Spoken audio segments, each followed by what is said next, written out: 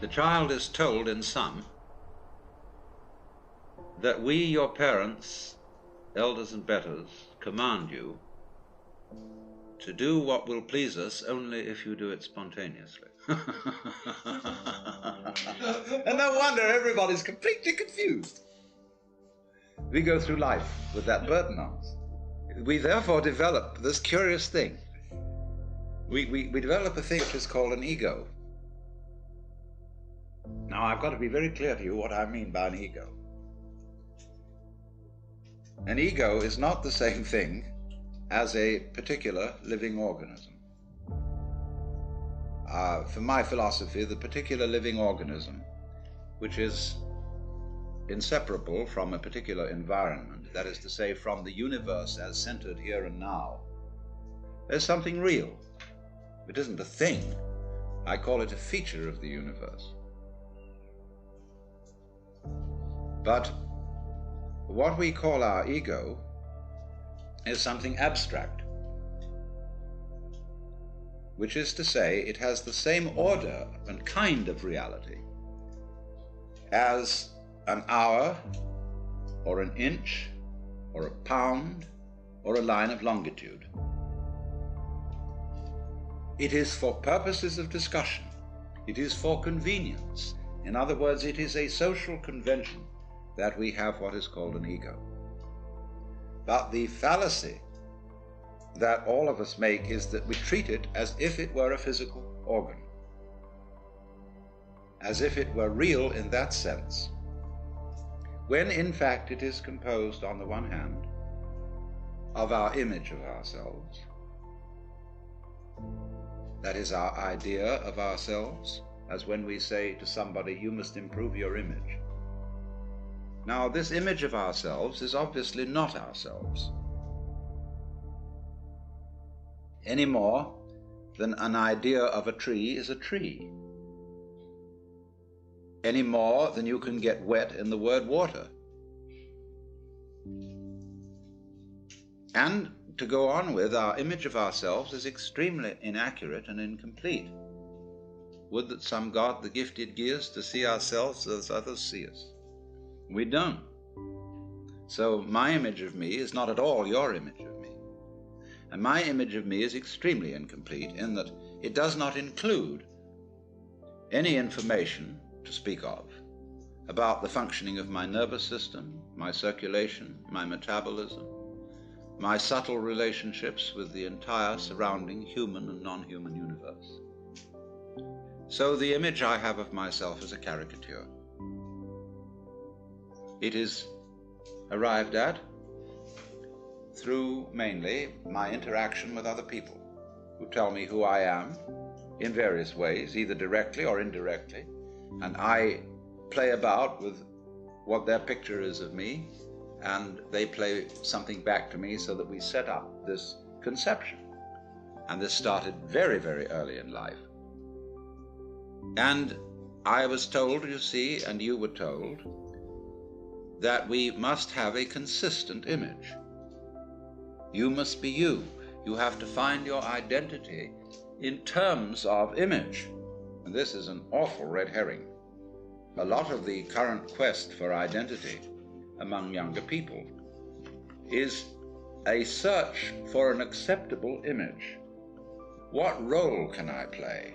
Who am I in the sense of what am I going to do in life, and so on. Now, while that has a certain importance, if it's not backed up by deeper matters, it's extraordinarily misleading.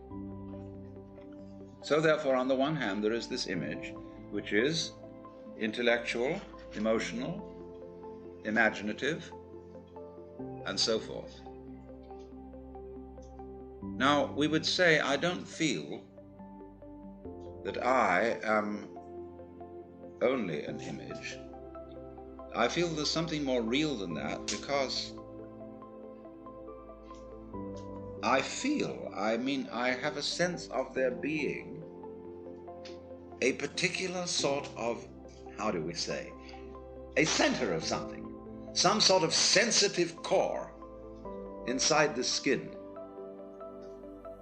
And that corresponds to the word I. Let's take a look at this. Because the thing that we feel as being myself is certainly not the whole body. So you tend to put your ego on the side of the unseen part of the body, the part you can't get at, because that seems to be where it all comes from and you feel it. But what is it that we feel? Because if I see clearly and my eyes are in functioning order, the eyes certainly are not conscious of themselves. There are no spots in front of them, no defects, in other words, in the lens or in the retina or in the optic nerves that give hallucinations.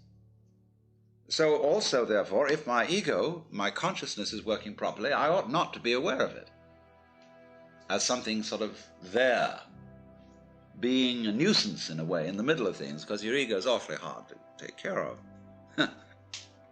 Well, what is it then that we feel? Well, I think I've discovered what it is. It's a chronic, habitual sense of muscular strain, which we were taught in the whole process of doing spontaneous things to order. When you're taking off in a jet plane, and the thing has gone rather further down the runway than you think it should have without getting up in the air, you start pulling at your seatbelt. Get this thing off the ground. Perfectly useless. So in the same way, when our community tells us, look carefully, now listen, pay attention, we start using muscular strains around our eyes, ears, jaws, hands, to try to use our muscles to make our nerves work, which is, of course, futile. And in fact, it gets in the way of the functioning of the nerves. Try to concentrate. And then when we try to control our emotions, we hold our breath, pull our stomachs in, or tighten our rectal muscles to hold ourselves together. Now pull yourself together! Immediately, what are you to do? What does a child understand by that? He does it muscularly, pulls himself together. It's just useless. So everybody chronically pulls themselves together, so that it's so funny, if you get a person to just lie on the floor and relax, well, there's the floor under you, as firm as can be, holding you up. Nevertheless, you will detect that the person is making all sorts of tensions. So that chronic tension, which in Sanskrit is called sankocha, which means contraction, is the root of what we call the feeling of the ego. So that, in other words, this feeling of tightness is the physical referent for the psychological image of ourselves. So that we get the ego as the marriage of an illusion to a futility. Even though the idea of an I with a name, with a being, is naturally useful for social communication, provided we know what we're doing and take it for what it is. But we are so hung up on this concept that it confuses us, even in the proposition that it might be possible for us to feel otherwise. Because we ask the question, if we hear about people who have transcended the ego, well, we ask, how do you do that? Well, I say, what do you mean? How do you do that? Because the you you're talking about doesn't exist.